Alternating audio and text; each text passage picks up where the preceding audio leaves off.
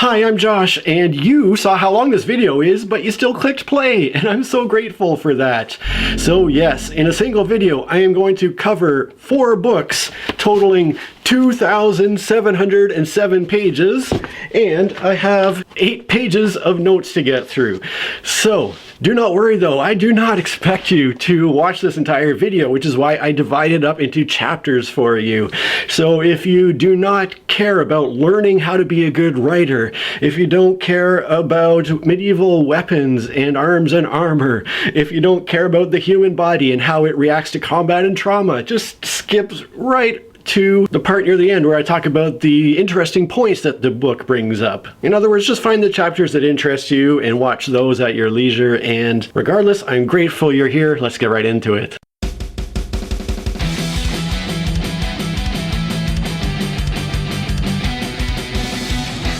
Let me start out with a very brief plot summary of the 4-book Faithful and the Fallen series by John Wynne.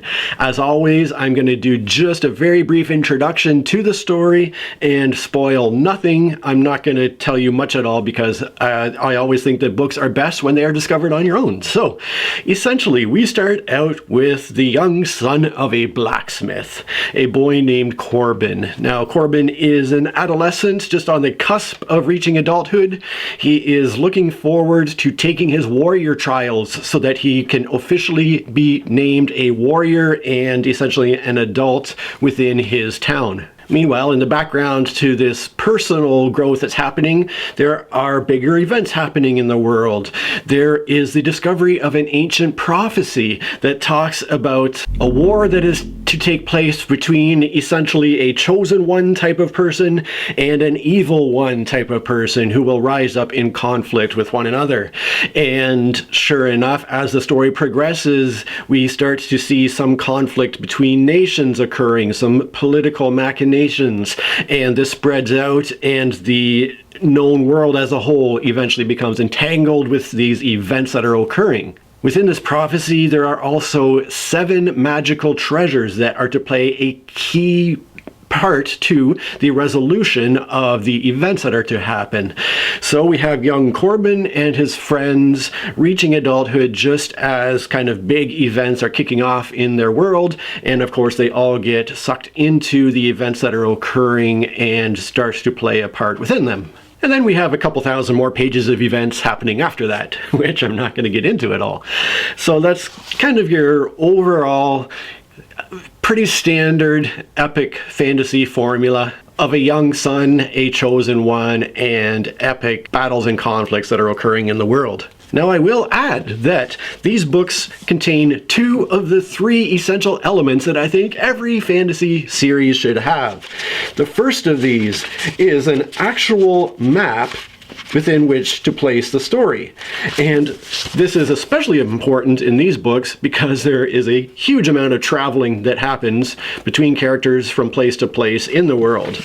The second thing it has, which I am so grateful it does, is a character reference that lists alphabetically all the primary characters within the books, and for many of them, just a quick synopsis of exactly who they are. This is especially needed since when I counted the number of characters in the character synopsis in book 3, I counted 93 named characters there, and that doesn't cover all of the characters in the book. There are a few characters that just kind of show up and play a quick part and leave that aren't listed in the glossary, but 93 named characters within the character index means that it is very necessary for it to be there. The thing that it does not have that I would love to see in all fantasy series is a summary in every book after book 1 that essentially summarizes the events of the previous books so that we can start into the new book with a good understanding of what has happened previously. Because once we get to book 4 in this giant series, it is easy to forget some of the things that have happened early on in the series, although it's not a complex series, so in this case it wasn't too bad. In the case of something like the Lycanius trilogy that did include that summary, it was massively helpful because that was such a complex plot and story that I had to hard time following what was going on at some points. But in The Faithful and the Fallen, it wasn't super needed, but it is something I would love to see in fantasy series in general. Okay, then let's talk about the writing in these books. And this is going to be probably the longest section of the video because there is a lot to say for people who are interested in writing. And I will say that this section of my video is specifically for those of you who are writers or are aspiring writers.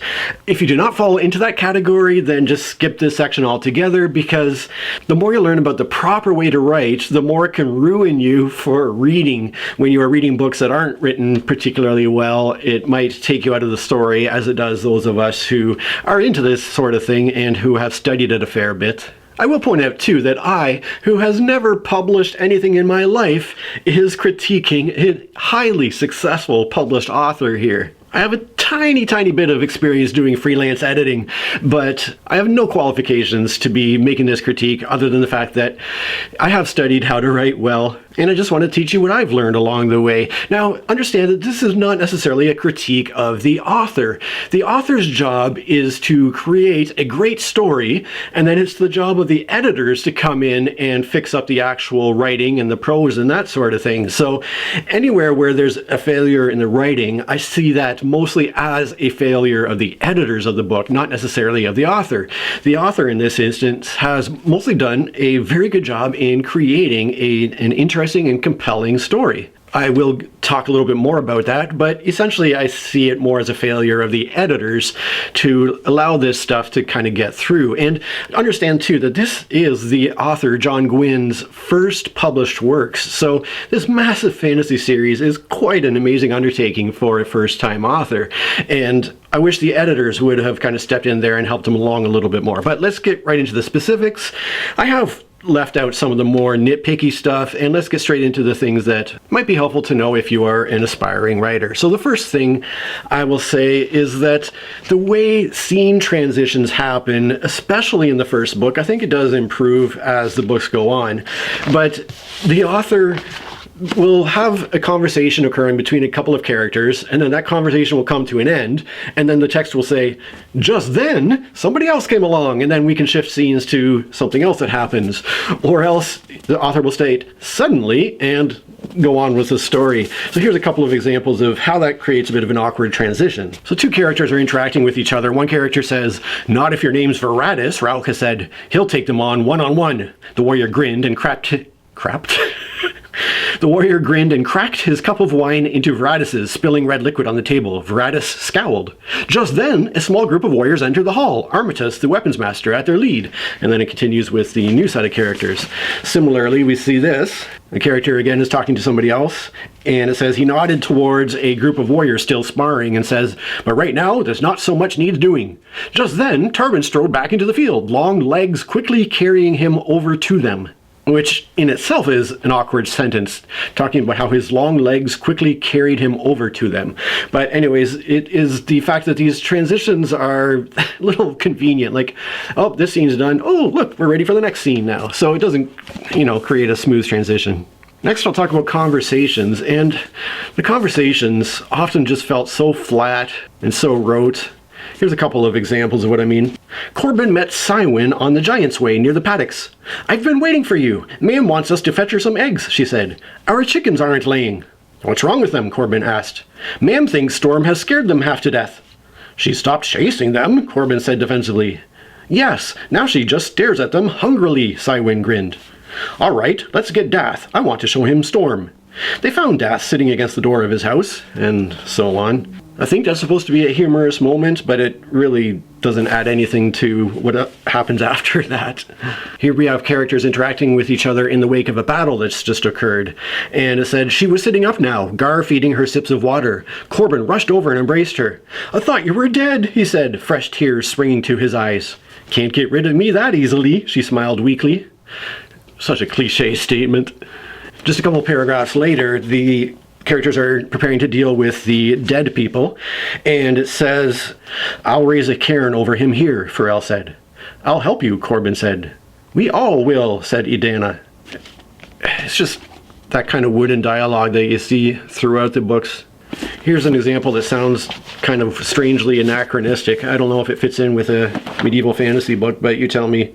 Two characters are speaking. One says, "I would even that score. Fight him now. Fight him later." Alcyon shrugged. "As long as I fight him, I care not." "If you don't mind me asking," Krellis added to Alcyon, "why the new haircut?" I don't know, it doesn't sound super medieval sounding. There's a couple other examples where the conversation seems both sort of flat and fairly modern as opposed to the setting it's in. Or in this case, it's actually the narration. It says, "There was no in-between or subtlety with Connell. He wore his emotions openly." "You too," Rafe said. He actually liked Connell. "So you're not coming to Drasil with us then?" And so they go on. It's nice of the narrator to explain that he actually liked Connell, and I'm going to get into some over-explaining issues in a second, but the last one I will read is another example of the narrator kind of explaining something. It says, "A figure in gleaming mail and black leather climbed the stairs, slipping past the giant." "Morcant," Camlin muttered with hatred. "He knew him from way back." "You've got nowhere to go," Morcant said. He knew him from way back, apparently. And here's one thing that so many new authors sort of run into an issue with, and that is over-explaining or assuming that your readership is not as smart as they actually are. And that is a problem that you see so frequently with new authors, and I've just repeated myself and over-explained. So there you go. Here's the first one that had me shaking my head. "He stared a moment, but then another rider appeared, leading a line of half a dozen riders by a rope, men and women with hands bound sitting upon them, prisoners." No spoop, they're prisoners. You're telling me that a group of people being led by riders who are bound with rope are prisoners? No way. Here's another no poop statement. "There were between 20 and 30 of them. They were a mixture of heights, ranging from shorter than him to taller, and many in between." So you're saying that some were shorter and some were taller, and many were in between. No way. And here's a bit of a repetitive description. "To either side of him, his warriors did the same, dealing out death with deadly efficiency." Their deadly efficiency led to death. Who would have known? The worst aspect of this over-explanation was the fact that we have so many passages in the books where we're following a certain character's point of view, and people will be talking or events will be happening, and they'll be frequently interrupted by the character's thoughts, which are written in italics, so we know it's the character thinking to themselves. And in their character's thoughts, they are contextualizing and explaining what is happening as the events are unfolding. And there's just so many facepalm moments like, yeah, obviously. And here are some examples of what I mean. And again, the italicized aspects here are the character thinking to themselves. And it says, "The first person on the deck he saw was Vaughn, leaning at a rail, staring at a dark line on the horizon. A coastline rose up from the horizon, dark cliffs and tangled coves. Land. Camlin grinned at the sight of it. Ardan. Around him, the ship's crew were busy, climbing in rigging, securing ropes, doing what sailors do. There was a tension in the air now, an excitement. The end of their time at sea had arrived, and they were about to begin something new. Something more dangerous, most likely. But I don't care. Another night on this damn tub, and I'll go mad." Others were gathering on the deck now, warriors preparing to disembark. Camlin joined Vaughn. "Home," Vaughn told him. Vaughn's face was a mixture of emotion, longing, fear. It'll be hard for him. His dog rules there now. "You ready for this?" Camlin asked him. Vaughn looked at him for a few long moments. "I'm ready. I've always been ready." "Is that really Ardan?" a voice asked behind them. Camlin turned to see Idana. Her hand rested on a sword at her hip. "Our warrior queen." So, all these interjections of the character's thoughts, explaining the fine points of what's happening, get downright irritating because as a reader, you're going, yeah, I understand what's going on here. You don't need to explain all that. Here's one more example just to hammer the point home. The door opened and Veratus stepped in. He looked solemn, almost guilty. He feels the shame of defeat also, Euthus realized. Nether stood as Veratus entered the room. At the sight of Nether, a grin broke across Veratus' face, and Nether smiled in return, the expression looking out of place on his face. That is a deep and genuine friendship. I have not seen Nether smile since before Marius. Veratus took a few long strides and dropped to one knee before Nether. My king, Veratus said. Nether stood there, looking down at his friend in silence, his smile slowly fading. A shadow crossed his face. He glanced at Calidus, adjusting his expression to cold inscrutability, and then he put a hand on Veratus' arm. And now we shall see how deep your oath to Azeroth is rooted. So yeah, this was the most annoying thing to me as a reader in terms of the pet peeves, I think, as I was working through these books. I just wanted the context of things to be kind of self-evident as events played out and as conversations were had between characters, and not to have this constantly highlighting every subtle point just in case the reader missed what was going on. Now, here are a few examples of things that just didn't make a whole lot of sense to me in the way they were explained. And the first example is, she opened the small casket, drew out a vial full of dark liquid, unstoppering it and sprinkling a few droplets on the fire, making it spit and hiss. Rin's voice rang out, a whisper that filled the tent. And then goes on to say what she started chanting. And I'm like, it's a whisper that rang out, filling the tent? Doesn't quite make sense. Here, two characters communicate via nonverbal communication. Brenna held Coralyn's eyes still, waiting. Coralyn gave an imperceptible nod, and then Brenna sighed and shook her head and started to speak. If the nod was imperceptible, she wouldn't have perceived it. Here are two characters standing face to face in conflict with each other. "Take your hands off me," Corbin said, meeting the Ben Elim's baleful glare and returning it 1,000-fold. How exactly do you return a baleful glare 1,000-fold? I'm not sure how you return a stare 1,000-fold, but apparently it was done. Last example here. Again, two characters fighting with each other. "He retaliated with a ferocity born of pride that only a king can muster, striking at Corbin with blows that chipped stone and smashed rock." And I did not realize that there was a type of pride that only a king could have, but that apparently is the case too. Now, this next quick phrase just shows that the author is giving their character what is called a certain amount of plot armor, meaning that it is actually quite absurd that they managed to survive a situation. And you know it's the case when the author comes right out and narrates it this way. A battle has happened, and it says, "She felt a warm glow spreading through her, the relief that she always experienced after a battle survived. None of their crew had fallen, battered to the shadow of death's doorway maybe, but they were all still breathing. She knew the odds they'd face this day and night had been overwhelming. It was verging upon a miracle that they had all survived." So yeah, even the author's admitting, yeah, it's maybe a little outrageous that they all got through that. And I'm not sure about that first sentence either. The relief that she always experienced after a battle survived. Anyways, now to a couple of quick pet peeves. There were so many instances in these books of this particular thing happening. One character speaking and says, 600 years, give or take a moon. Euthes felt a prickling on his neck and turned to see Calidus staring at him. There are a lot of times in these 4 books where a character will feel a prickling on their neck and they will turn to see somebody looking at them. Somehow that is just a thing that keeps happening over and over again. And then this one seems to come up in almost every fantasy book I read, but here it is again. "He saw his enemy stumbling, bowed, barely able to meet Corbin's blistering speed and strength. A sound filled Corbin's ears, swamping his whole world. He slowly realized it was his own screaming, and then a quiet voice within his head, a whisper." Yeah, they heard a sound and eventually realized it was themselves. I don't know why authors keep coming to that dumb trope. Now here's an example of just kind of poor grammar. And it's another one that was repeated constantly throughout the books, and I wish the editor had stepped in and said, that's not quite the right way to say that. The book says, "A figure burst from the shadows of Evnis's tower, crashing into Vaughn, sending them both tumbling down the steps."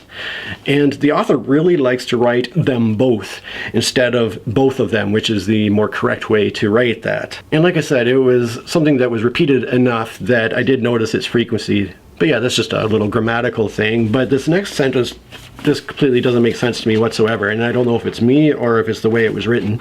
So the first sentence is good. It says, "Then Halen was pounding through the streets, for the first time giving no heed to hiding or hugging the shadows." The next one, I don't quite understand. "Somehow they avoided being seen, warriors passing by on other streets as great swirling masses of shadows and flame, torches trailing incandescent. He turned into another street, sprinted hard."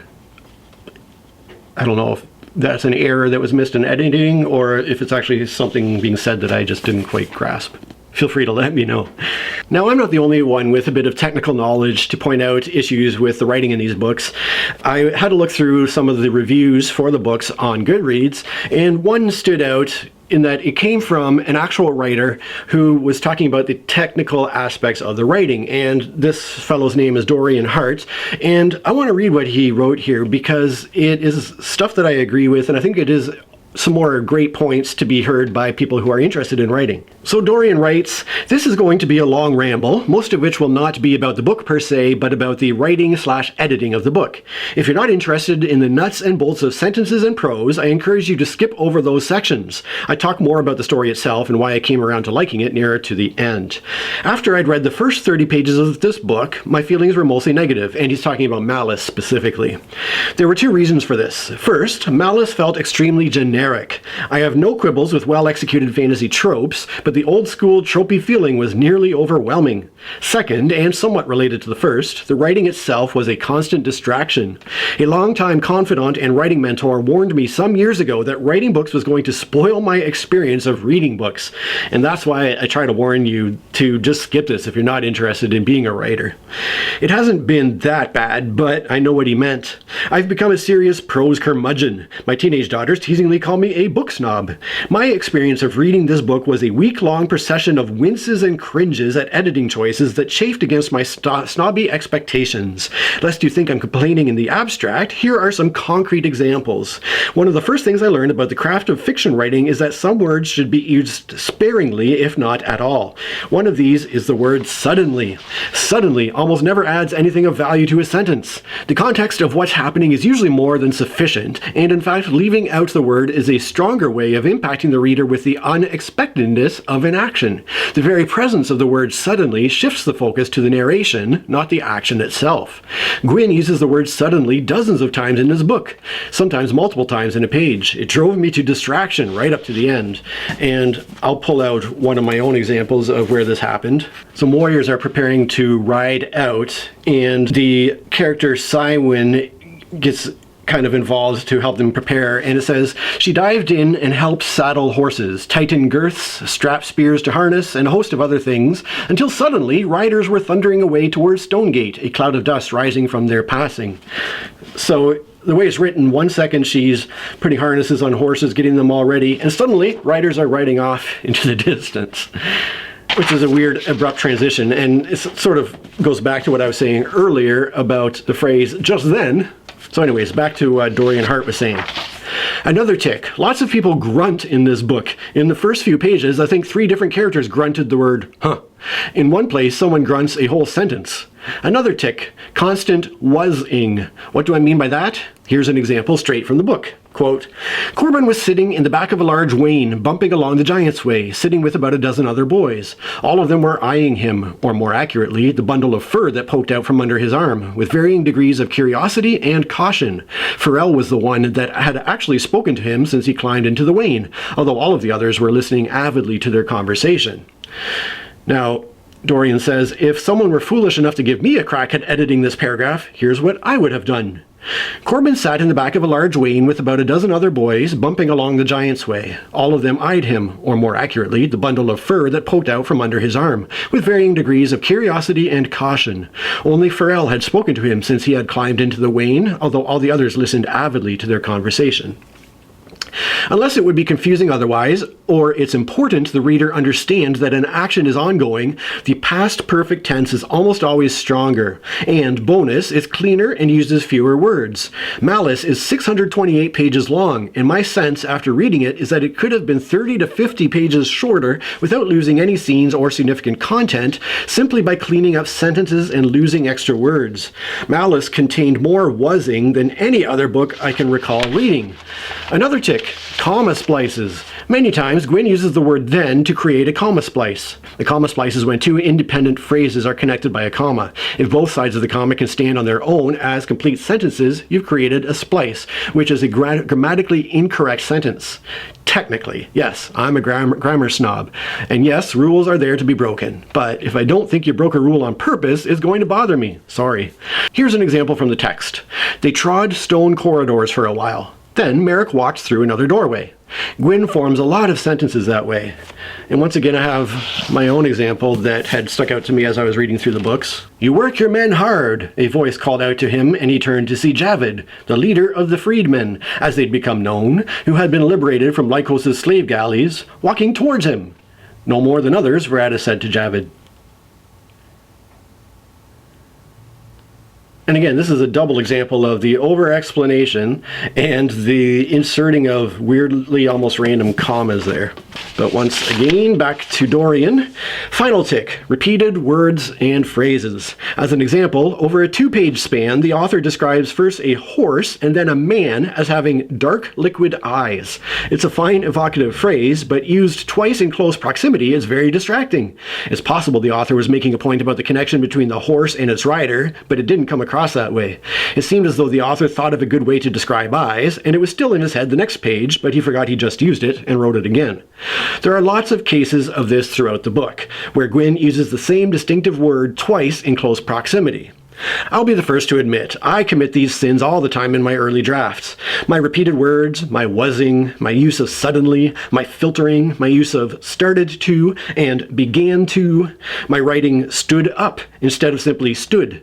It's all in there. But my readers, my editors, my proofers, and my own prose reviews all serve to mostly shake these problems out. I suppose in hindsight I was more frustrated with the editing of the book than the writing itself, same as I was saying earlier. In fairness, this was Gwynne's debut novel. It's certainly stronger than my debut novel. None of the above is meant to imply I'm in any way a superior writer to Gwynne, which all evidence says I am not. Gwynne is more popular and successful than I will be on whatever day turns out to be the pinnacle of my career. Also, my priorities as a reader are weird. I'm a prose hound. As I said elsewhere, I value well-crafted prose for its own sake, and my favorite books tend to be ones where both the prose and the story stand out. So, I think there are a lot of great points in there to take away for people who are interested in writing. Now, where the author does fail to a certain extent in his writing, like I said, he does really well in writing a big, epic, interesting story, but when seen on the entirety of the series, there's so much in there that is repetitive and therefore kind of frustrating. Now, I did read all 2,700 pages back to back, and you could argue, well, I mean, it's your fault if you're going to read the entire series in one go without reading other books in between, that things are going to feel repetitive and overwrought. But I would argue back that if you can't read an entire series front to back without encountering these issues, then they probably should be dealt with and edited down to a certain extent. And specifically what I'm talking about is the story itself. If I had to summarize these 2,700 pages, it's one long chase scene. Yes, we start off in the beginning, everything's good, characters are growing and evolving, we're getting to know people. Then when all the action kicks off and the wars begin, the good characters have to run away. They get chased by the evil characters, they run more, they get caught, maybe someone gets captured, they run away, but then they have to either rescue the captured character or the character has to escape, and then they run some more, and then they split off, and the evil characters pursue both groups, and so this group's running one way, and the other good crew is running another way, and then people get captured again, and then they get rescued again, and then they keep running. And this is kind of what happens over the course of 4 novels. The worst part of that is I'm quite certain there's at least one character who is captured at least 3 times and is either rescued or escapes, gets captured again, either rescued or escapes, gets captured again. It's like so much of this could have been cut out. And then interspersed in all that, when people catch up with each other, there's combat. And I've heard it argued that John Gwynne's writing of combat scenes is the best of the business. And I do not agree. And we're going to talk more about that when I get to the weapons and warfare sections of this review. Yes, there are ways in which it is really well done, but where it fails is it in its repetitiveness. Every single combat feels like a just slightly tweaked version of the one we read before, and there are so many of them. Like I said, I'm going to get to this a little bit more when I talk about the warfare aspect, but all of this together just creates a story that is so bloated with repetition that it gets tiresome to read. I feel like if we'd edited out a lot of that repetition and distilled it down to the really important points of the story, this could easily have been a trilogy instead of a 4-part series, and it would have been much better for it, in my opinion. Maybe not have the same character get captured 2 or 3 times. Maybe just have it happen once, and then we can deal with the excitement of the rescue or the escape and move on from there. The problem is then other characters were captured and had to be rescued or escape, so it kept happening to other people too. But I think this could have been a really excellent trilogy because the overall story that is told is interesting. It was enough to keep me reading despite the issues I was having with it. Now, a few more quick words about the writing will come from another reviewer on Goodreads named Mayim DeVries, and I've sort of cut out just a few sentences of her entire review, and she says, Malice reads like an undergrad exercise in creative writing. The woodenness of this language reminded me of the Fallen Kingdom series. Crude strokes like toddlers drawing give you the idea of the world and the characters and the plot development, but they do not manage to convey the world's verisimilitude, make the characters lovable, or plot credible. Descriptions are dull, character portrayals crude and lacking sophistication. In the dialogue, lines fall like trees during a storm. She also didn't like the way that the female characters were portrayed. She said, please do not turn them into grotesque things that happen to have biological traits of a woman, but be men in disguise when it comes to the rest. But the most interesting point she made was that she says that Mr. Gwynne is convinced that what he has written is a high fantasy, but what we actually got was a bloated young adult. And I sat down and thought about that, and I was like, you know what? I think she's right. I think these are YA novels. I mean, yes, there are 4 books spanning 2,700 pages. It's a big, epic story. And yet, the characters we follow, especially most of the primary characters, are in that coming-of-age transition from adolescence to adulthood. They're finding their place in their world. They are, in a few instances, experiencing their first love. They're discovering friendship and found family and what all that means. And the entire series is written very much in line with what I call North American morals, in that there are no naughty words spoken in the entirety of the books. There is no physical love or sex depicted in the story, but it is chock full of brutal graphic violence, which seems to fit with the typical North American morals of, no, we don't want to fully express ourselves with language. We certainly don't want to show people physically loving one another, but violence, that's just violence. What can that do to our kids? Says so much about North American society. But my point being that there's no content in here that most parents would have any problem with their kids reading. And so the things that might classify it as adult are the overall length of the book, the fact that we have a ton of character point of views, which I'll talk about shortly, and maybe some of the more graphic violence. But in my opinion, this is a young adult series, and I think she's bang on with that assessment. So I've spent a lot of time talking about the kind of negative aspects of the writing. Let me kind of present a flip side, to be fair, and give some examples of some really great writing that was in these novels. Let's start with this. He ran faster. Again, a character is running away. Soon after, he broke from the trees into open ground. There were patches of woodland around him, but open meadow as well. The sky was blue and clear of cloud, a pale, cold sun looking down on Maquin. And ahead of him, the land rose into a steep hill, the river foaming and tumbling down slick black rocks, not quite a waterfall. They all stopped, looking at the hill and cascading river. Skipping ahead again a few paragraphs. He was the first to reach the top, just as the sun was setting over Forn behind him. He climbed onto a granite boulder beside the river and stared into the realm of Arcona as the others puffed their way onto flat ground. An ocean of grass opened out before him, undulating and sighing into the horizon, a cold wind rolling off it. The river cut a dark line through the ocean of green, and as Maquin tracked it, he saw a lake unfold in the distance, a dark stain upon the land. An island of tree and rock stood at its center.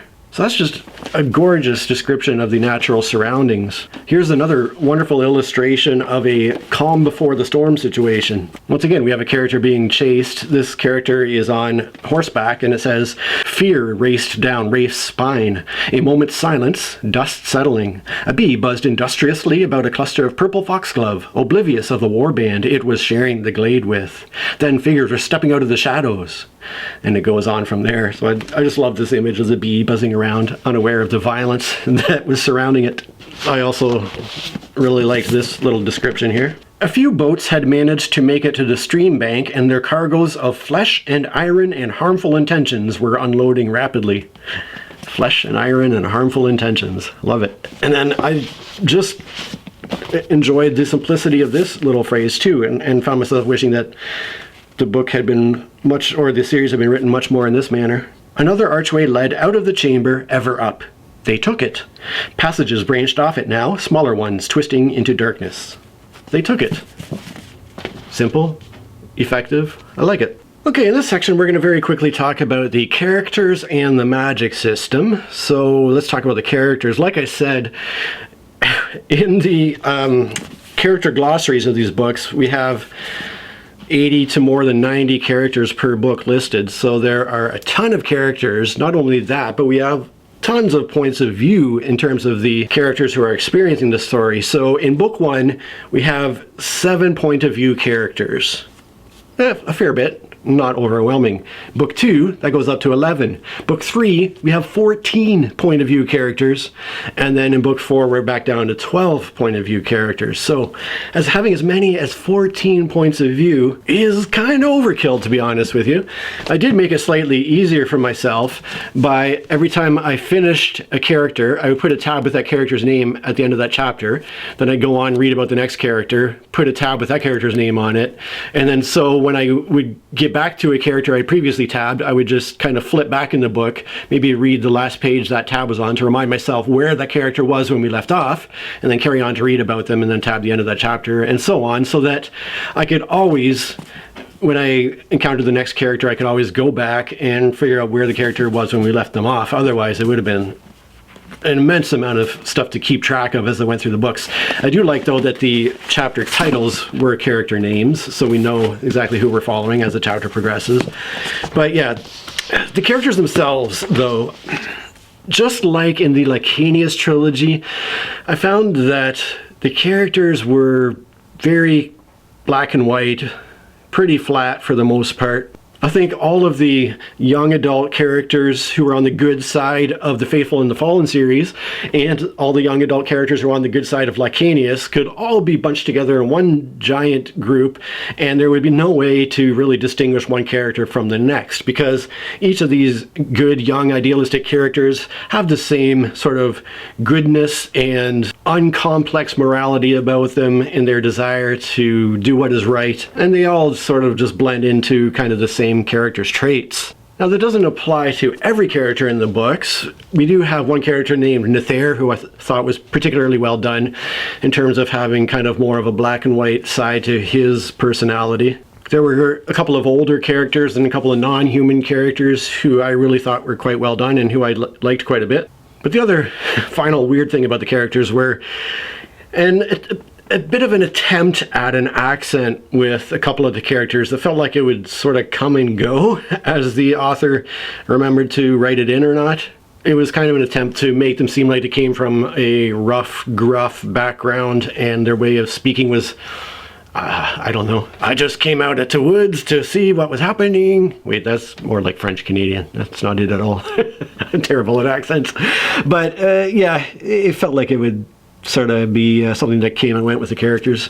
So overall, there was a certain amount of development, especially with our main character. He started off as kind of a young boy who was bullied and fearful and kind of grew and discovered himself. So there was a bit of development with our main character. Nether as well, but most of the other characters we were presented with who they are, and that's who they were throughout the books. This is definitely not a Joe Abercrombie situation where each of the characters is so unique in the way they're presented and their own personalities and so forth. Now, the magic system, I hate to hammer on the negativity, but I just didn't really like how the magic system was done.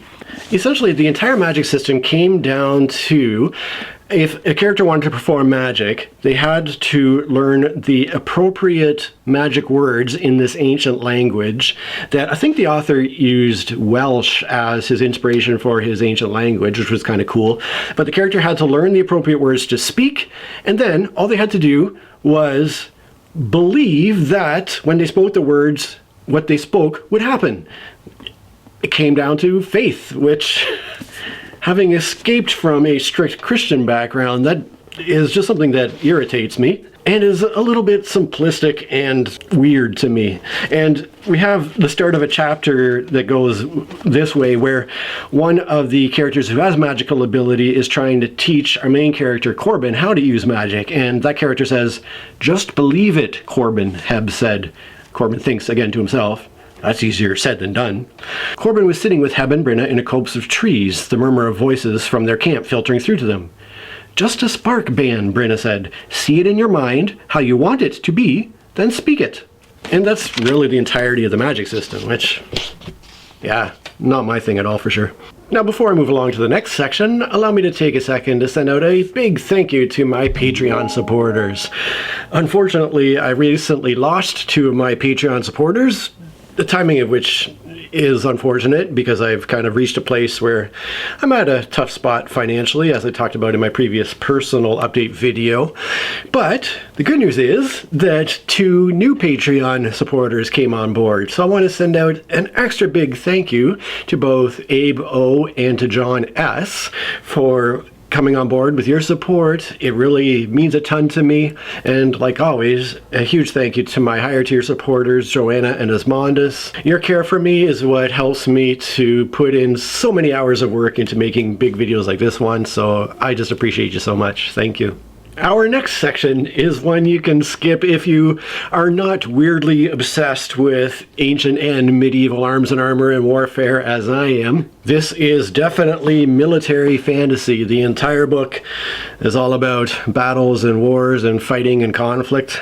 One thing that's initially interesting about the series is that as it progresses, we discover that each of the nations that comes into conflict with each other has their own unique warriors that appear to be modeled after famous warriors of different cultures.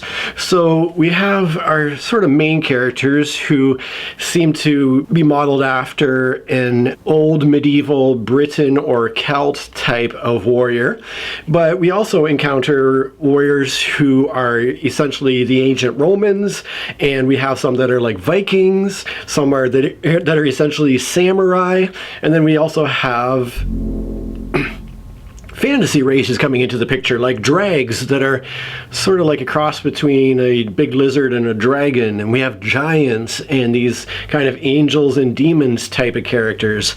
And so each time we encounter one of these new types of warriors, we're presented with this idea that, oh my goodness, how can we possibly defeat these powerful warriors with their amazing fighting skills? But oh, the next one is even tougher and even harder to defeat, and how are we going to defeat them? And then it keeps on escalating. But the thing is, when all of the warrior types are super powered warriors, it ends up kind of evening out in the long run, and so it's maybe not that big a deal as it might present it to be. So here are some of the issues I had with the way that these things were presented. We're going to start out with kind of armies and warfare and battle as a whole, and then kind of zero in on specifics about fighting with knives, fighting with swords, bows and arrows, spears, and we're going to kind of look at a bunch of specific things. So the first thing that had me shaking my head a little bit was we have this entire army that's trying to sneak up on another army. So here's what they did. He glanced down at his feet, boots wrapped in lamb's wool, the same as every other warrior behind him. It made a remarkable difference. Usually the tramp of 2,000 warriors on a stone road would have been close to deafening. Not only that, but here's what else they did. Muffled hooves drummed behind him. Even they had been bound with fur. So, to make this army silent and capable of having 2,000 mounted and unmounted warriors sneak up on somebody, is they wrapped everybody's feet and hooves with this fabric. Now, if you've ever seen a video of a soldier or a group of soldiers just walking, they make quite a din, especially when they're in full harness with all their armor and weaponry. And it's not from the footsteps that they're taking that's making all that noise. It's the rattle and clang of metal on metal as their armor shifts while they're walking or while they're bouncing along on their horse or whatever. It's not the footsteps that are making all the noise when you have a 2,000-man army on the move. So that was kind of funny. Here's another thing that kept coming up over and over and over again in the books as I read them. Here we are in the aftermath of a battle, and it says the feast hall had been turned into an impromptu hospice, and bodies were everywhere, filling long tables, the metallic tang of blood thick in the air. Now, I worked for 16 years as a paramedic, and I've been around a lot of blood. Just as one instance, I was next to somebody who'd been run over by a transport truck, and their entire blood volume was flowing through the gutter into the sewer.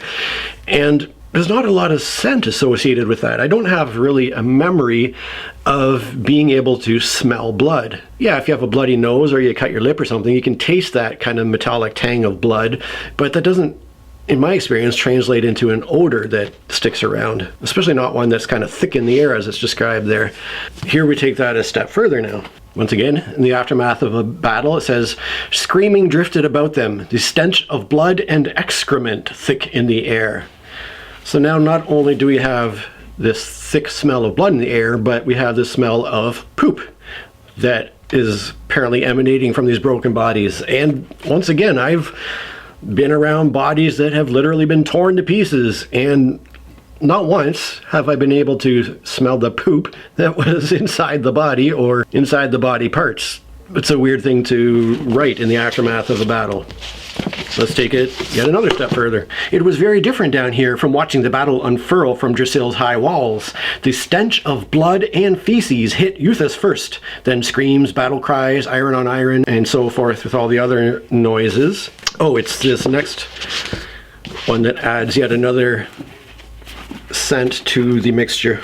It was a different world down here, the battle from above seeming to have something serene about it, playing out like the swirls of sea and sand as the tide comes in. Down here it was loud, filled with the screams of the dying and the yelling of the living, and it stank of blood and metal and excrement. Where the scent of metal now is coming from, I just have no idea. But John Wynne just loves to talk about the smell of blood and poop that pervades every single battlefield that he describes in his books. And in my experience, that just makes no sense whatsoever. Next, let's talk about knives. Here's an interesting way to have a duel. Eventually, Braith had challenged Kesalu. They decided it the Darkwood way, tied to each other's wrist in a knife fight. And I will tell you that if you tie two men's wrists together and give them knives, the fight is going to last less than a minute, and it's going to result in both of them being dead. Problem one is you have got no defense. With your other arm tied to their arm, the only arm you would have to potentially block the other opponent's knife is taken out. So now you have both people just indiscriminately stabbing each other. The second problem is a knife does not kill instantaneously. However, each individual stab wound can result in, but it might take a minute or two. So it gives time for both combatants to give each other multiple mortal wounds before enough blood leaks out of both of them for both of them to collapse and die. Again, going back to my paramedic experience, we picked up an 18-year-old boy who had been stabbed in the right upper back. It was an innocuous little puncture wound in his back. He was up and talking on scene, no apparent issues. We rushed him down to the trauma center. By the time we got him into the trauma center, as we were transferring him into the bed, he went into cardiac arrest and died. The knife had nicked a blood vessel and he had bled out into his lungs. And the reason we know that is because when somebody goes into cardiac arrest in the trauma unit, they don't have time to get them up into the OR and prep for surgery. In that instant, what they did was they opened up his chest to see if there was a single wound they could stitch up and then replace his blood with blood transfusions and get his heart started again. But the instant they opened his chest up there in the ER, his entire blood volume came spilling out onto the floor. So that was from one innocuous little stab wound. And so You get two guys in this sort of a knife fight, there's only going to be one result, and it's not going to work out well for either participant. Here's my next knife point. One character gives another character a knife, and she says, "My da made it for throwing," Simon said. "The weight is concentrated in the tip." Now, that is unfortunately inaccurate too. A throwing knife is one where you're going to want to have the weight concentrated in the middle of the knife, because when you throw it, it will spin about the center of gravity and impact the target. If the weight is concentrated on the tip of the knife somehow, which I have no idea how you would concentrate weight in the thinnest part of the knife, but it's not going to have a proper spin to it when you throw it. So yeah, that's just not a thing for throwing knives anyways. And then the final knife point here, we have a man that says, "Gold's always worth it," the man snarled back, pulling a knife of his own from a sheath at his back. And I will say that John Wynne loves back sheaths when it comes to swords and knives, which there's a reason you never see back sheaths in ancient manuscripts when it depicts actual warriors from that period, because it's just so incredibly impractical. Yeah, it would be handy for traveling to be able to sling your sword or whatever over your back and walk that way, but when it comes to having to get them out in a hurry, trying to get your sword in and out of a back sheath is going to be cumbersome. There's absolutely no reason at all to have a knife in a back sheath, because you got a little thing that you got to somehow find back there, whereas a knife can be carried pretty much anywhere. That is going to be much easier to reach. So that was another odd point. Moving on to swords now. Here is another favorite expression that comes up repeatedly throughout this series. We have two characters involved in a sword fight. Macquin leaned forward, catching the warrior's blade on his own in a spray of sparks. And one of the repetitious descriptions in this book is the sprays of sparks that are always flying when characters are sword fighting, and you just will not see that in a sword fight. Maybe if it was pitch black out and they were really going at it, you might catch the occasional spark as blades contact each other, but there's no way it's going to happen in the way it's described in these books. Here's another highly unlikely situation. A mounted warrior appeared from amongst the wains, saw him and charged. Tukul raised his sword two-handed over his head. Sparks flared as their blades clashed. Those sparks again. The momentum of their mounts carrying them past each other. Tukul, back-swinging, decapitated his enemy. Holding a sword two-handed on horseback, first of all, you're not going to have the proper range of motion really with a two-handed sword as you are with, especially if you're fighting against infantry, being able to kind of reach in all directions, because reaching from a horse is a big issue, and that's why you would more likely want to have a spear when you're on horseback. But anyways, backhanding two-handed while galloping past somebody and taking off their head, not sure how that would happen at all. Yet another phrase that we see repeated ad nauseum in these books. One of Tukul's Jahar spurred in between them, raising his sword to deflect the axe. The weapons met in an explosion of sparks. The axe blade shearing through the Jahar's sword, carrying on to slice into the warrior's head, carving through into his chest, blood and gore spraying. So the two things that we see repeatedly in these battles are the sparks and the description of blood and gore flying and spraying and spouting, and gore is a word that is used very, very frequently throughout the four books. And I said I would be back to the ribs thing. His sword blurred. Camlin saw the tip lunge forward, spiraling somehow to curve around his attempted parry to scrape along his ribs. That's pretty much John Gwynne's favorite non-lethal injury, is the scrape along the ribs injury. It certainly came up frequently enough that I did notice it. Now here's the unlikely way in which most of the sword fights ended in this book, whether they were practice bouts or real sword fights. He ended up flat on his back, Cole's boot on his chest, sword hovering over his throat. Yeah, the author really likes to have sword fights ending by somebody getting knocked over and then having a sword point at their throat as they're on their back. A lot of the fights ended that way. That is almost never how a sword fight's going to end. A sword fight is most frequently going to end by somebody getting stabbed or slashed in a vital spot. The whole disarming someone and having them flat on their back is very much a movie trope for sure. And here's one point that was made that, again, because of its inaccuracy, I didn't like that it was emphasized a couple of times here. We have an older sword master training a younger apprentice, and the older guy says, "They will not teach you blade work as I do," Gar said. "They do things differently where I was trained. For one thing, your people will be shown more with a shield. When I learned my weapons, a warrior would grip a sword two-handed and attack rather than hold a shield and defend. We were taught the best defense is to attack. Which is better? You will make up your own mind. It will do you no harm to learn both ways." So just for context, that older character is kind of one of the ones that are modeled after samurai warriors. But let me, before I make my point, read this other quote here. Again, an older warrior teaching a younger warrior says, "Shield work limits your choice of sword, though. Some men prefer a longer, heavier blade, which must be wielded two-handed. That will give you extra reach, more weight to your blows. To use a shield, you must wield a lighter blade, unless the man is an ox like your Da or Tull. Such as they can have the best of both worlds." And there are some great points made there in that reach is vital in any hand-to-hand melee combat. But the whole idea that the best defense is a good offense, just having a big two-handed sword and rushing in, is really a terrible idea. Anytime that a two-handed sword wielder comes up against somebody with a sword and shield in this era where the book is presented, they're going to lose almost every single time because the shield is going to make that much of a difference. Now, shields eventually dropped out of favor in the later Middle Ages as full plate armor became the norm. Then at that point, shields became more redundant and it became more than normal to carry bigger weapons two-handed. But in the earlier medieval age, in which these books are kind of ostensibly set, having a shield is going to be vital when it comes to sword fighting or these kind of melee combats. The two-handed sword is not an advantage with the type of armor that they're wearing. So let's talk about armor next. These next few quotes are related to shields and armor. Once again, we have our original old warrior, who's like the samurai type of guy, teaching the younger fellow.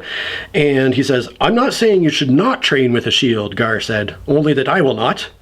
"Why don't you like using a shield?" Wolf asked him. Without saying anything, Gar strode to Wolf, grabbed the shield rim wide with both hands, and twisted. Wolf yelped in pain. "If I twist this shield another handspan, your arm will break," Gar said matter-of-factly. "For a weapon that is supposed to protect you, it can be easily used to defeat you." He let go and Wolf stepped away, wincing. "The best defense is a good offense," Gar shrugged. "I've seen a shield used well when it is strapped tight to your back." What a terrible point. Strapping a shield to your back is not a good use of a shield. Because then to protect yourself, you have to turn your back on your opponent, which is the worst thing you can do in a fight.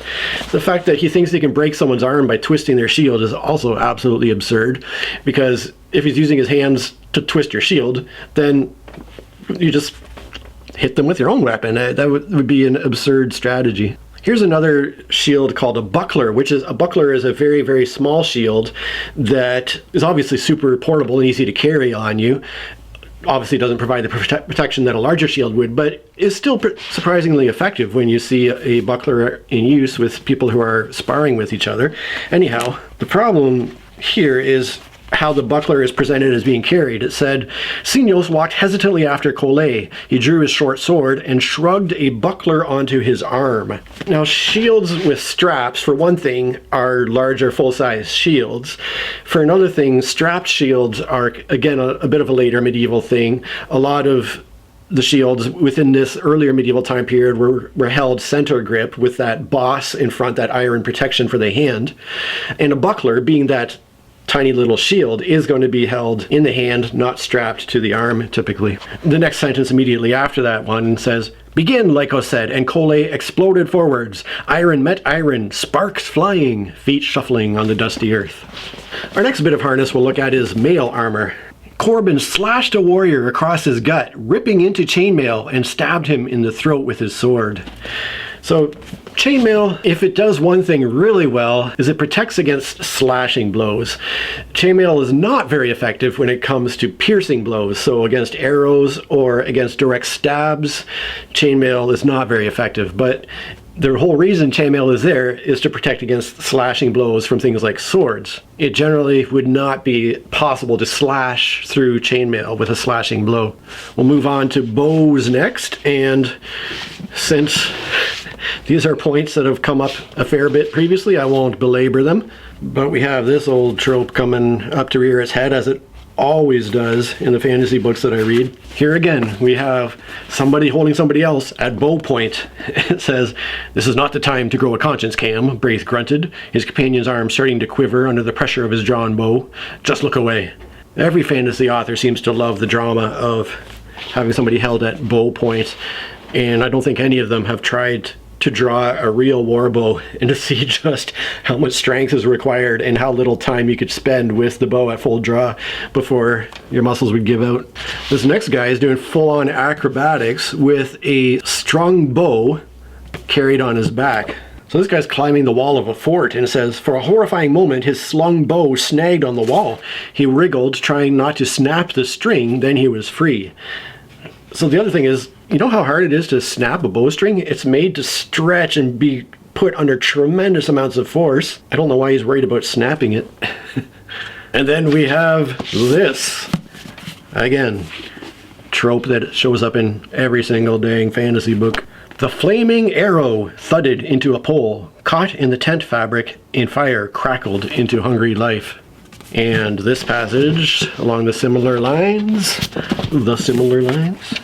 Corbin looked back and saw a figure standing knee-deep in the surf beside Mordweir's burned-out fisher boat, Camlin. He was tying strips of cloth to arrows, igniting them in the flames that still flickered on the fisher boat, firing them in a steady stream at the retreating boat.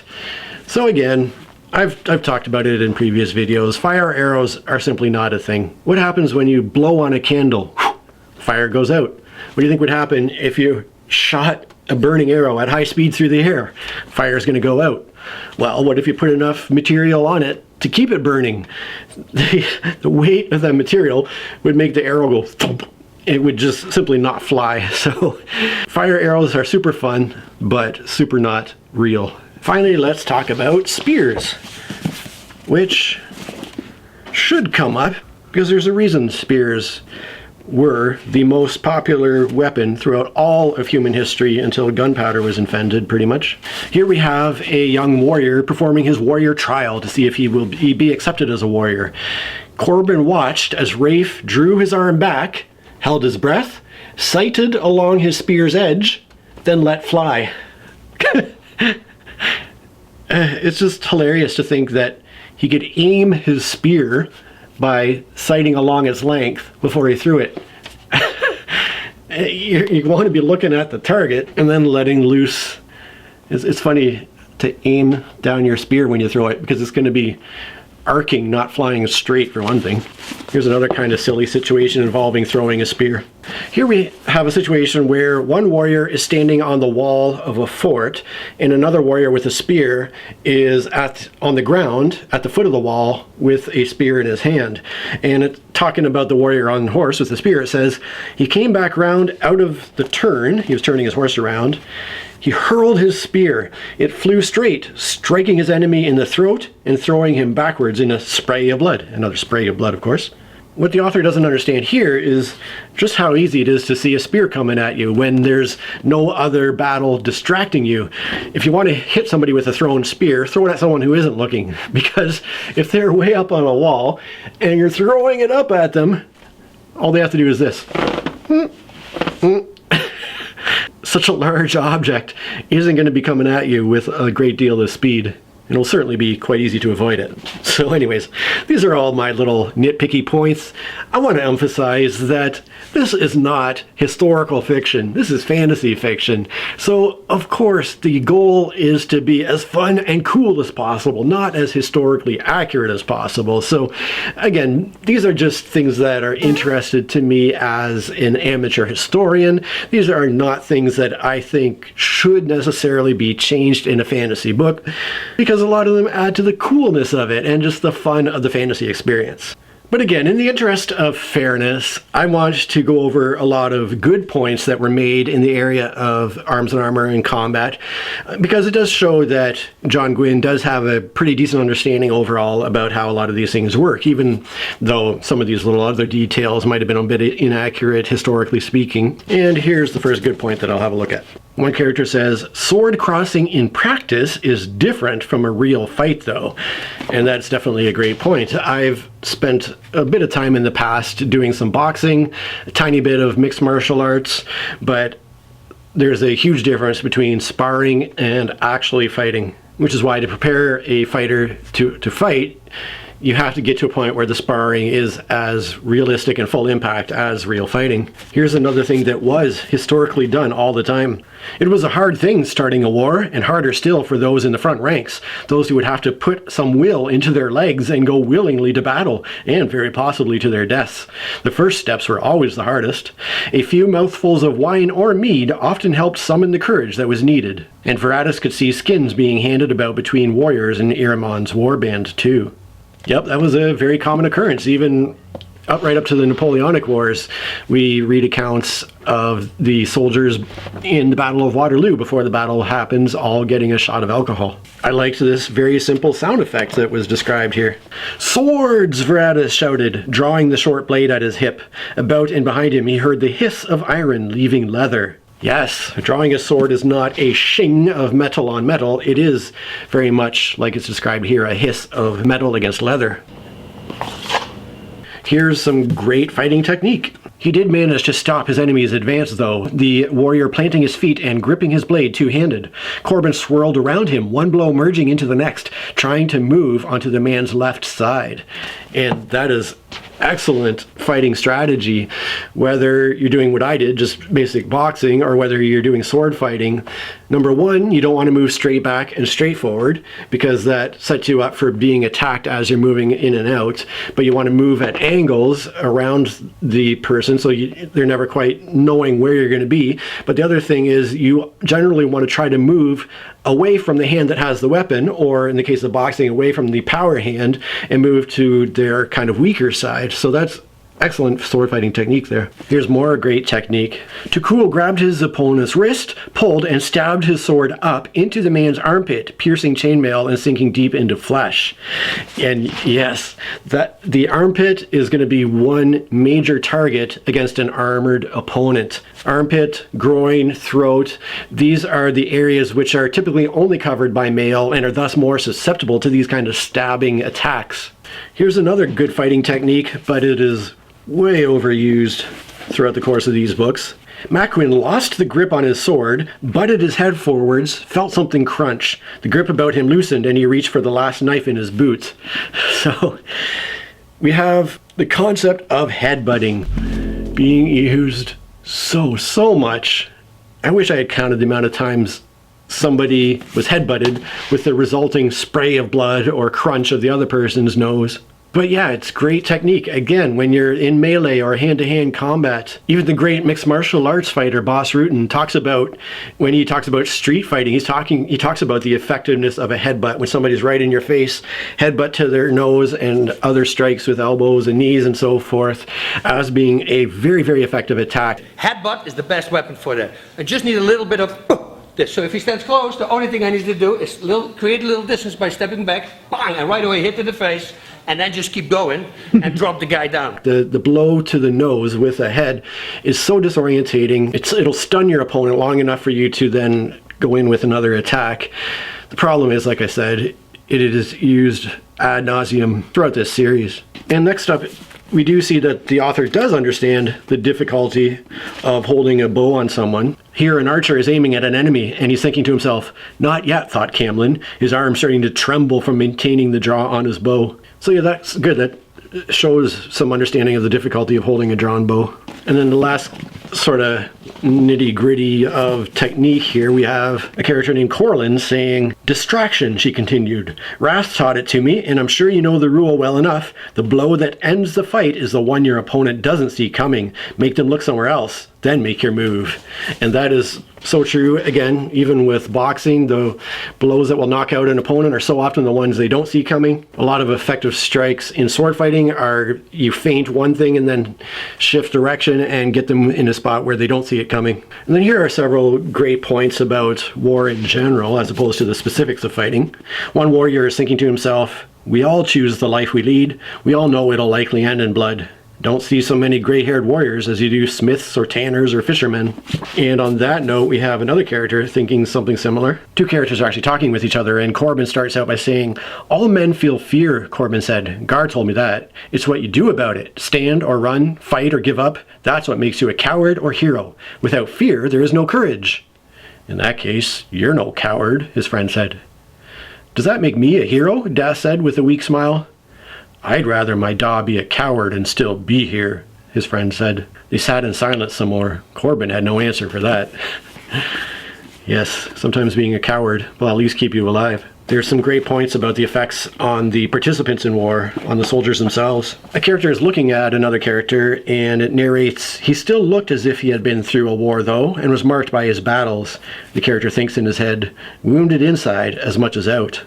And as somebody who experiences crippling PTSD as a result of my 16 years of paramedic work, I know all about that sort of internal injury.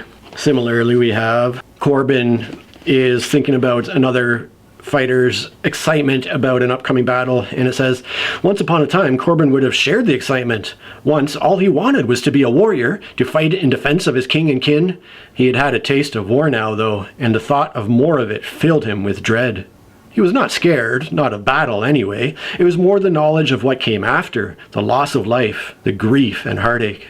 And when I think back on it, I've kind of followed a similar trajectory with my paramedic career, that the initial excitement and adrenaline of the wild situations that we had to deal with over time just became dread of knowing what could possibly happen. And I guess in that way I became more fearful over time. From the effects on individuals, we kind of zoom out to a bit of a bigger picture view here. The character is speaking to Corbin about sacrifices that had to be made and says, "What matter if a few of you were sacrificed along the way, as long as the majority were saved? It seemed logical, the obvious choice, for the greater good." "The greater good," Corbin whispered. "So many of my loved ones all died believing they were fighting for something more than this." And along similar lines, "The vast majority of them were warriors, men and women following the orders of their lords, and they had become caught up in a war beyond their understanding." Which then leads logically onto this final point. The character looking over the effects of a battlefield. "So many dead, just warriors obeying their lords." He shook his head, surveying the corpses sprawled all about them. "All for the ambitions of kings and queens." And ultimately that's what so much of war comes down to. So sidestepping to kind of a tangentially related issue, I have, once again with my paramedic experience, a lot of knowledge about how traumatic injuries work and how attempting to heal wounds go and that sort of thing. So let's take a look at some issues I have with how these type of things are presented in The Faithful and the Fallen. I will warn you that there's some very graphic stuff here. I'm not even going to read this first little quote here because it's the kind of one thing I think in this whole series that I found bothered me somewhat, and that was when there was a situation where a bear was eating the intestines of a conscious person as a form of torture. And the reason why it hit me personally so hard is because of my bowel resection surgeries I've had. Twice I've had surgeries to remove parts of my intestines, and in both cases things went terribly, terribly wrong in different ways and really left me very traumatized from the experience. So I think that's why this particular description is one that, to use maybe a little bit of an overused expression, was a bit triggering for me and was a little bit excessive in its violence, I think. That being said, these books are chock full of graphic violence and scenes of bodies being sliced up as they are in medieval warfare. Let's talk about injuries here to start with, and the issues I have with how they are described. So this first one here, there's this wounded warrior. It says, "And when he had emptied his bladder that morning, there had been streaks of blood in his urine." Just physiologically speaking, you don't get streaks of blood in urine. If your urine has blood in it, it's going to be tinged a reddish color. You won't see streaks in it. But one thing that came up repeatedly is people receiving these horrendous injuries and just bouncing right back from them. And the healing character is treating them very successfully. The character is talking about a different wounded warrior, and it says, "His wound was not fatal," Calidas replied. "A hammer blow crushed his shoulder. Lothar said their healers are happy with the setting of his bones." So, he shrugged. He may not swing a sword again, but he'll live. You can't set shoulder bone that's been crushed by a hammer. You set a bone that's been kind of snapped in two, and you want the two ends to grow back together again. One that's been smashed with a hammer is pretty much toast in that era. We'll also get back to that whole he'll live mentality in just a second here. Here's another character who bounces back from a pretty terrible injury. This character had taken an arrow to the shoulder, and because it was a barbed arrow, they couldn't pull it out. Instead, they had to push it through the other side and pull it out the other end. But don't worry, the book says, it had healed well. Over a 10 night had passed since Baird had pulled the shaft through his shoulder. 3 days ago, he'd strung and knocked his bow, tested to see if he could draw it. His muscles had protested, and he'd not pushed them. He'd done the same each day, and earlier today, he'd managed a full draw. A bit shaky, but nothing had snapped, so that was good enough for him. So a week after having an arrow pass straight through his shoulder, he's drawing his bow again. Wish I could heal that fast, or as fast as this next character too. And again, we have some pretty amazing first aid. So this character has been run through the torso with a sword and lying half conscious on the ground. But don't worry, another character had come along and bandaged it. And it says shortly after that, he was still pale, but Varadis' bandage had stemmed the flow of his blood, and he seemed to have a little more strength about him. If you've been stabbed with a sword and you've lost enough strength to be on the ground, stopping the flow of blood isn't what's going to give you your strength back. It's having enough time for your body to replenish the lost blood that's going to give you your strength back. But apparently in this case, putting a bandage on his sword to the torso made him feel better immediately. Let's talk about unconscious people next, and there's some great stuff in here. So we have a character who's taken a blow to the head that was hard enough to knock him unconscious, to give him a cut and swelling on his temple. And it says, Alcyon and Reyna were lifting him from the ground. Maquin approached them, retrieving his short swords as he did so. The warrior was loose-limbed, a cut on his temple swelling, but other than that, he looked well enough. Even though he's totally unconscious, however long after he was struck in the head. The giant shrugged. Reyna has spoken to me of you, of what you did for her and Tane. And they just carry on another conversation, not worried at all about the fact that this person is lightly injured enough to be fully unconscious with a head injury. But what was amazing was the universal cure for an unconscious patient in this book, and here's a couple of examples of it in action. This is amazing. I should have tried this when I was a paramedic if I had only known. Here we have a captive giant who is unconscious from a head injury, and another character says, "Wake him," Vandal said, and a bucket of water was thrown into the giant's face. It groaned, a cut on his temple crusted black. And the giant proceeds to wake up, and they start talking to him. Here's another instance of unconsciousness resulting from traumatic head injury.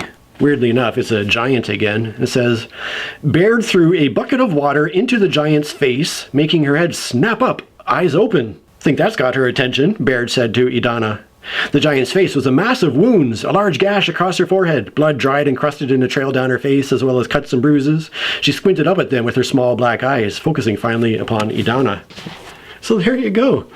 If you got somebody who's been knocked unconscious, a bit of cold water to the face is all we need.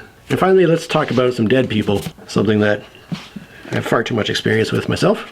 Camlin rushed forwards and kicked the rising warrior in the face, stabbed down into his mouth, sprayed teeth as he ripped his blade free. The man's boots drummed on the turf, then were still. And that is so close, but not quite, because when somebody dies suddenly of a rapid loss of blood, for example, they will have a hypoxic seizure. And this is something that I witnessed several times as people died in front of me as a paramedic. And the thing is, though, it's not a violent tonic-clonic seizure where they're shaking a lot. It's more a decerebrate type of posturing, just a stiffening of the body and the limbs, and then they gradually relax and go completely still. And this all happens basically immediately following the stoppage of the heart.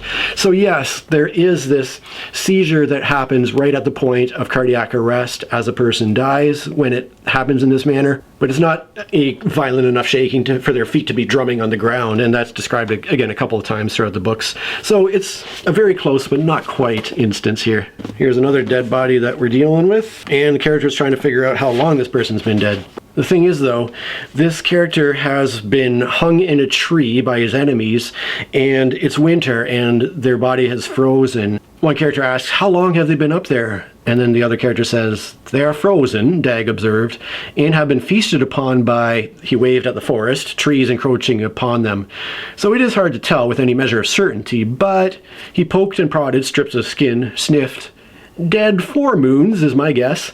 The problem being, with the frozen body, it would be impossible to tell that a body has been dead and frozen for 4 months, as they describe here. In fact, there was a serial killer, I think it was called the Iceman, because he would put bodies in the freezer after he killed them, and then a long time later he would put the body out somewhere to be found, and it would thaw out and it would be found as normal, and they would think that it just happened recently because it had been frozen for so long. So it's just one of those situations where unfortunately it would be impossible to tell how long a frozen body had been dead for. Another common occurrence that seems to come up in every fantasy book is the way a face looks after death.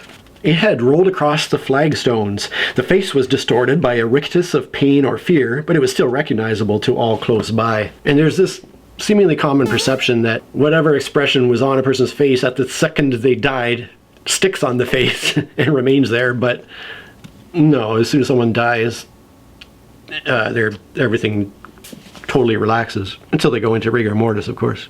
This is one of the most absurd things I've ever read regarding a warrior dying in battle.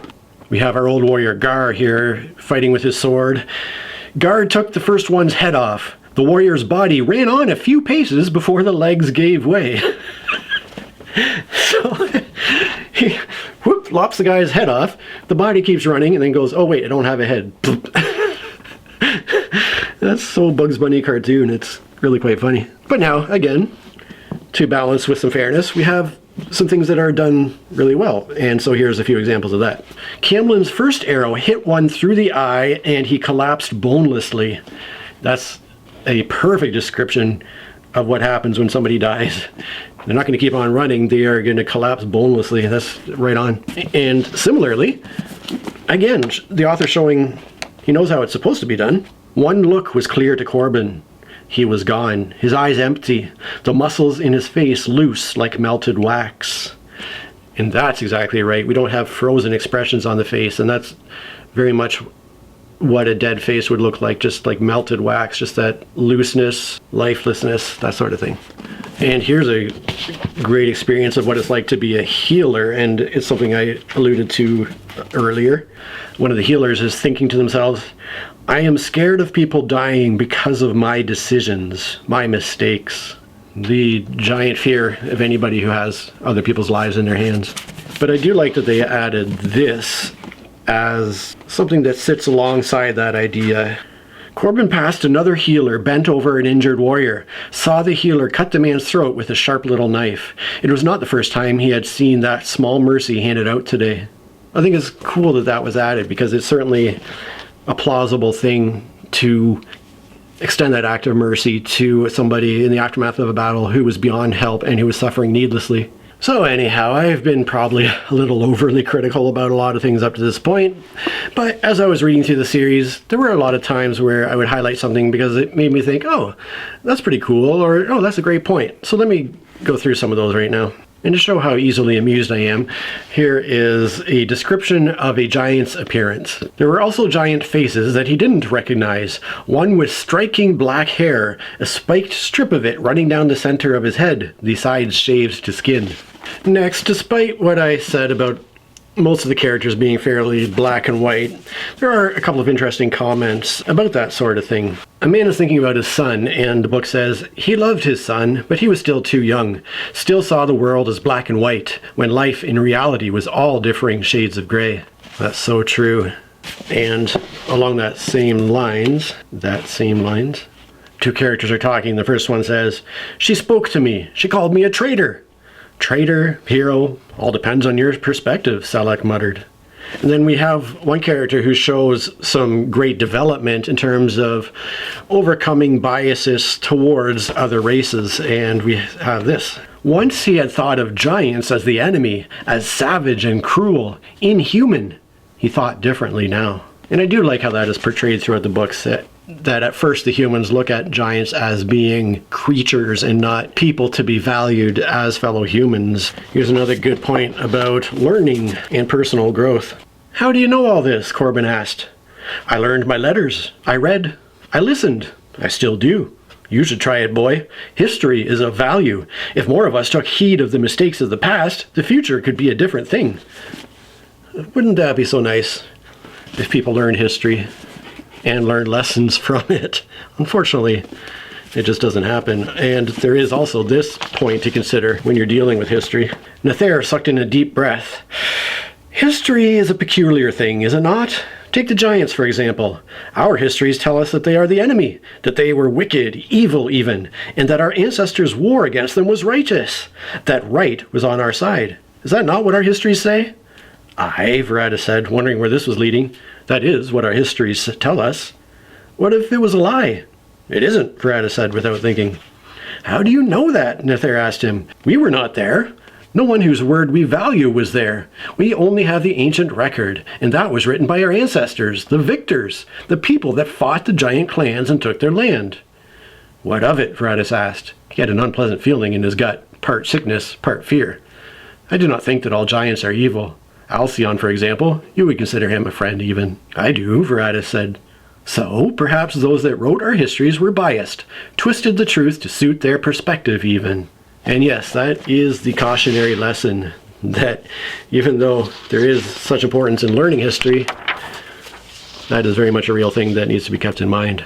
Let's look at the topic of truth and lies next. Your ma'am deserves better, Thanon growled. Whatever your cause, lies are a coward's way, and they are like poison. They bring death. Death of trust, Ban. Death of honor. Death of respect. And then one person is thinking to himself, it is strange how men will believe what they want to believe, cling to it, even when the truth is there to see. Oh, that has way too many modern applications. Along very similar lines, a human is talking to a non-human character, and the human says, I don't understand. Yes, you do. You just do not want to. You humans are all the same, willing to live a lie, any lie, as long as it is prettier than the truth. It's one of the few things that I love about your race. And all that is why I like this one older character here, one of the healers. Another character is thinking about her and thinks, Brenna will always say the truth as it is, or as she sees it. And that's a great point too, because all of us can only ever speak the truth as we see it. From truth and lies, we'll now move to gods and religion. And we have a few points to look at there. The first one here is a character thinking to himself about the gods. And the two gods in the book are sort of a god and devil situation. We have the god of light, Elion, and we have a god of darkness, Azeroth. And so this character is thinking, am I part of this god war? As if I didn't have enough to worry about already. Are we really the puppets of Elion and Azeroth, playing out their war with our lives? He felt a frustrated rage bubbling inside him at that thought. I want them to just leave us alone. I appreciate that outlook, and you'll see why I continue to appreciate these quotes. The next one is, I am familiar with sacrifice, she said coldly, but I'll not be a pawn to an absent god. I'll fight for my freedom, for my people, and follow my conscience. And I think that's a great thought, to follow your own conscience instead of the whims of a god that may or may not be involved with things. Here's one that I, again, relate to all too well. Our older healer, Brenna, here is despairing at the lack of effect they have had in battling against the forces of evil. Brenna snorted, there is no point. Even if we did, and somehow managed to stop them, a score more like them would just spring up elsewhere. No, she sighed. They are just a sad, depressing sign of the times, of our steady slip towards... No, Corbin said. Truth and courage, my Da taught me. Live by truth and courage, and Elion will see you through. Really? Brina said. I would have agreed with you once, boy, but I have seen too much courage go unrewarded, truth earn nothing but hatred and deceit. Oh, to be young again. And that moves on naturally to this. A character is speaking to Corbin and says, It seems to me a great deal is being asked of you, little brother. Asked of us all, Corbin said, and I agree. If ever I meet Elyon, the All-Father, face to face, I'll have a few things to say to him. And then moving smoothly on to the next similar idea. But she knew that was ridiculous, as if life held a weighing scale to balance fair with unfair, right with wrong. So true. That's why I personally despise the whole idea of karma being a thing. I've been through too much horrible stuff to think that fairness is a thing that happens in life. But this final point on the subject I think is really, really great. Corbin has just thanked a fellow warrior named Camlin for helping him out, and says Camlin's face softened. He smiled. You're welcome, lad, though I think I may have used all my luck up now. That doesn't matter. I don't believe in luck, Corbin said. Do you not? What do you believe in, lad? Corbin thought about that. This, he touched the hilt of his sword. Him, pointing to Dath. Her, a hand ruffling storms for us, a gesture taking them all in. Good answer, Camlin said. I love that concept of, I don't believe in luck, but I do believe in my support system of the loved ones I have around me. That's pretty awesome. Let's continue to talk about life in general here and some bigger life issues. Cywin sat and watched it all go by, just enjoying being still and watching, when mostly life felt like one long rush of doing. I'm sure that hits home for most of us, as perhaps this next quote does. Have you tired of the world of flesh? The Ben Elim asked him. Tired? Aye, I am tired. Of the pain, of fighting, always, of the blood, the misery. I am tired of failing. That's an arrow to the heart for me. And then going back to the idea of the inner scars that remain after the outer scars have healed. A lady named Fidel is thinking about some warriors, and she thinks what they must have been through. Her thoughts return to Macwin. How has he survived such a thing? She knew, though. You just do. You dig deep into your soul. Endure, but not without cost. And then the memories that remain can continue to do damage. Memory is a double-edged sword, Euthas. It can keep you strong through dark times, but it can also cripple you, keep you locked in a moment that no longer exists. Oof. Yeah. And here's a cheery little summary for the last point about life in general. One of the giants is talking to Corbin. Life is loss, the giant said. Aye, that it is, Corbin said, but I'd wager some of us have lost more than others. In the end, it's all the same, Varan said. We all face death alone. Corbin nodded. To my thinking, though, it's what happens before death that's important. All of us die. How many really live?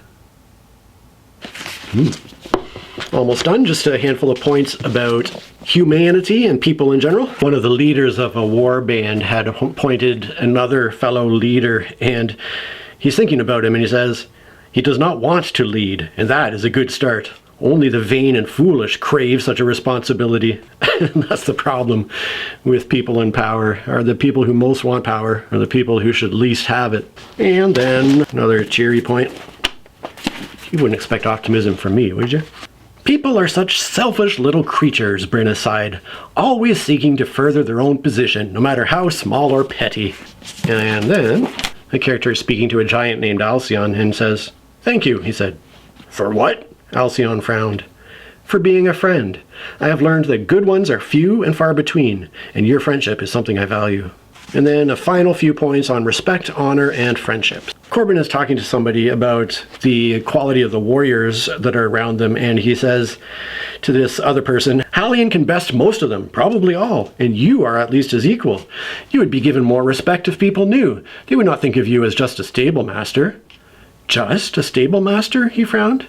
I do not desire other men's respect, and stable master is good enough for me. I love that attitude. Accepting your position in life, even if it's not glamorous or seemingly important, but there's contentment in knowing what he's doing and knowing that he does it well. That's very cool. Next up is a great point, although it is somewhat ironic that it appears in this particular series of books. A character is talking to Corbin about his fighting skill, and the character says, Can you beat Rafe? Not yet, grunted Corbin, though I think I'd stand a better chance with a sword in my hand after all that you have shown me. But anyway, I had no choice. Honor demanded I fight him. You always have a choice. Sometimes it is possible to retreat and keep your honor intact. You can duel with words as well as with swords or fists, you know. Words have a power all their own. So yeah, it's great that it emphasizes the fact that there's honor in not turning to violence at times. Though all the books are all about violence, so, you know, so much for that idea. But the final quote is this. Corbin watched his friend. He had been like this since his da had been killed on the beach. Corbin wanted to help, to do something, but he understood. There was nothing that you could do, nothing that would make things better. You can't bring back the dead.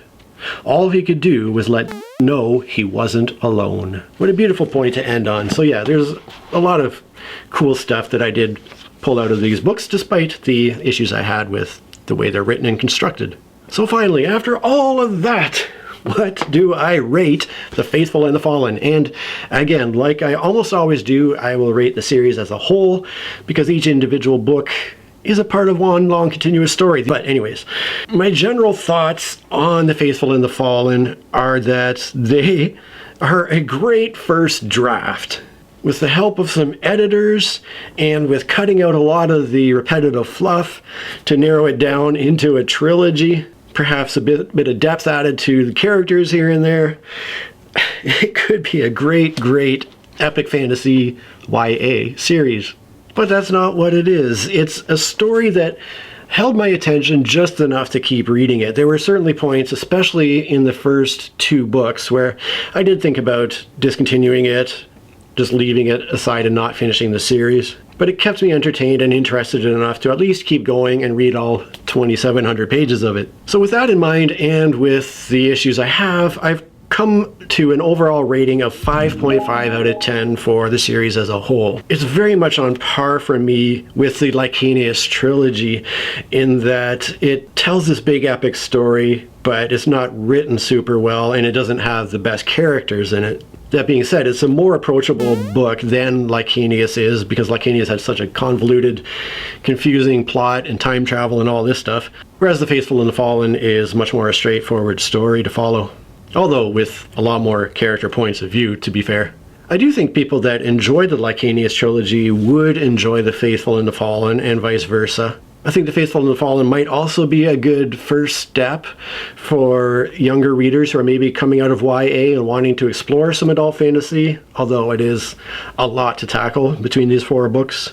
Overall though, you know, I didn't love the whole series. I was initially thinking about moving on and reading more of John Gwynne's books after this was completed. Now that I have completed the series, though, I definitely am not interested in exploring the Faithful and the Fallen series anymore. I have heard that, well, I've heard not great things about the continuation of this particular series, although I have heard very good things about his newer series that he's been working on. Will I check that out?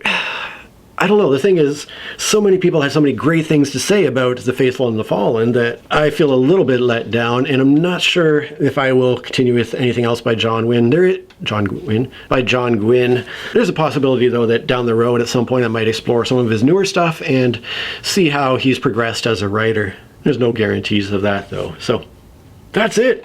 What about you? What have you been reading? What are you looking forward to reading in the near future? It's your turn to talk to me. Please do let me know in the comments what is on your mind with regards to books. And if anything I talked about here brought any issues up, I would love to carry on the conversation down below in the comments. So if you've made it this far, thank you. Thank you so much for being here, for sticking it out with me, for spending your valuable time with me. Cheers. Holy cow, you made it to the end of this video. That really does mean a lot to me. The other thing that means a lot to me is if you would give it a thumb up or subscribe to my channel, or maybe share this video with one person that you think would enjoy it. Cheers.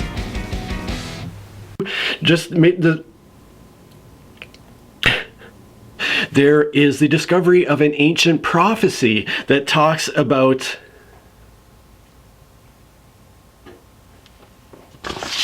What is it talking about? I will point out, too, that I have no qualifications to be critiquing. So, Where is it? Oh. And it just gets so many, and there's so many moments where that are a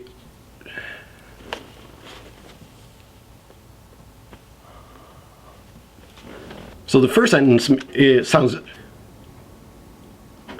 V 109. Oh yeah. But they do not manage to convey the world's verisimilitude. But they do not manage to convey the world's verisimilitude. Crude strokes. Malice reads like an underground W446A. Mr. Gwynne, one is going to realized that Morkant must have cut muscle as his leg gave way beneath him. Wait, what? Now here's the it protects